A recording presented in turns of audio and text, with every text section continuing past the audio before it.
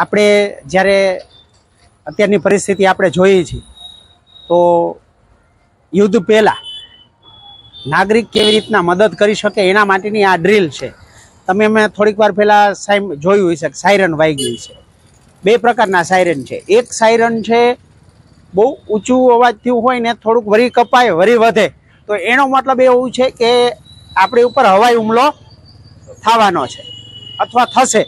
તો એમાં આપણે એક જ કામ કરવાનું છે. માની લો અત્યારે દિવસ છે તો તમે જોઈ શકો છો કે આ પાકું બિલ્ડિંગ છે અથવા બાજુમાં પાકું બિલ્ડિંગ છે, અભ્યાસ કરીએ છીએ. અને એક છે સિવિલ ડિફેન્સ.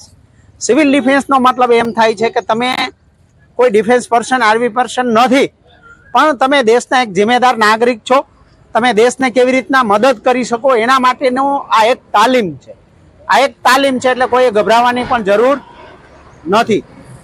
સિવિલ ડિફેન્સ એટલે કે કોઈ લડાઈ થાય ત્યારે તમે કેવી રીતના બચી શકો, બીજાને કેવી રીતના બચાવી શકો. કારણ કે સૈનિકો બોર્ડર ઉપર લડી રહ્યા છે. જ્યારે અંદર યુદ્ધ થાય ત્યારે તમારે શું કરવું? તમારે પોતાને જીવ બચાવવાનો છે ને બીજાને પણ જીવ બચાવવા હેલ્પ કરવાની છે. હવે રાતમાં જ આવું થાય તો શું કરવાનું? તો રાતમાં પણ આવું જ સાયરન વાગશે. બહુ ઊંચા અવાજે સાયરન હશે, ક્યારેક થોડુંક ઊંચું જશે, ક્યારેક નીચું જશે, અને 2 મિનિટ આવું સાયરન વાગશે. એનો મતલબ એમ છે કે પાછો તમારી ઉપર હવાઈ હુમલો થવાનો છે. એટલે તમારે કરવાનું એ છે કે રાતે તો કઈ દેખાય નહીં, પણ લાઇટ છે એટલે દેખાય. એટલે તમારે પેલું કામ એ કરવાનું છે, તમામ પ્રકારની લાઇટો બંધ કરી દેવાની છે. અને તમારા પોતપોતાના ઘરમાં આવેલું જવાનું છે. ઘરની લાઇટ હોય તો એને બંધ કરવાની છે.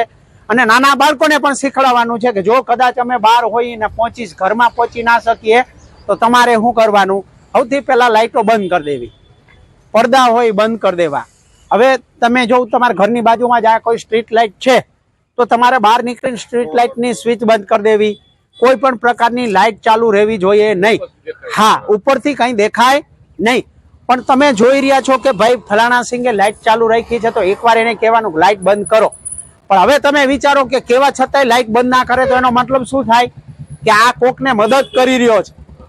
તો એવાને તમારે જાણતા હોય તો સરકારી કચેરીએ કરવાનું કે આ આવું કરે છે, અને આવું કરશે એ વ્યક્તિની પૂછપરછ થશે કે તમે શું કામને આવી લાઇટ ચાલુ રાખો છો. બરોબર? એટલે આપણે લાઇટ ચાલુ નથી રાખવાની. બીજાની ચાલુ હોય તો એને એકવાર કહેવાનું છે કે આ લાઇટ તમે બંધ કરો. હવે બીજું સાયરનની આપણે વાત કરીએ. જ્યારે બીજું સાયરન વાગે કન્ટિન્યુ જ આવું સાયરન વાગશે, પણ એ સાયરન ઊંચા નીચો અવાજ નહીં હોય, એક જ સરખો એનો અવાજ હશે.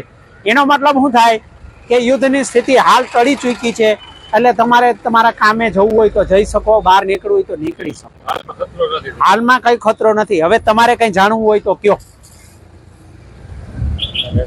તમને કઈ પ્રશ્ન છે કે શું કરવું કે નહીં છે કોઈને? તો તમામ નાગરિકને વિનંતી છે કે પોતાનો જીવ બચાવો, બીજાનો બચાવો ને દેશને મદદરૂપ થાવ.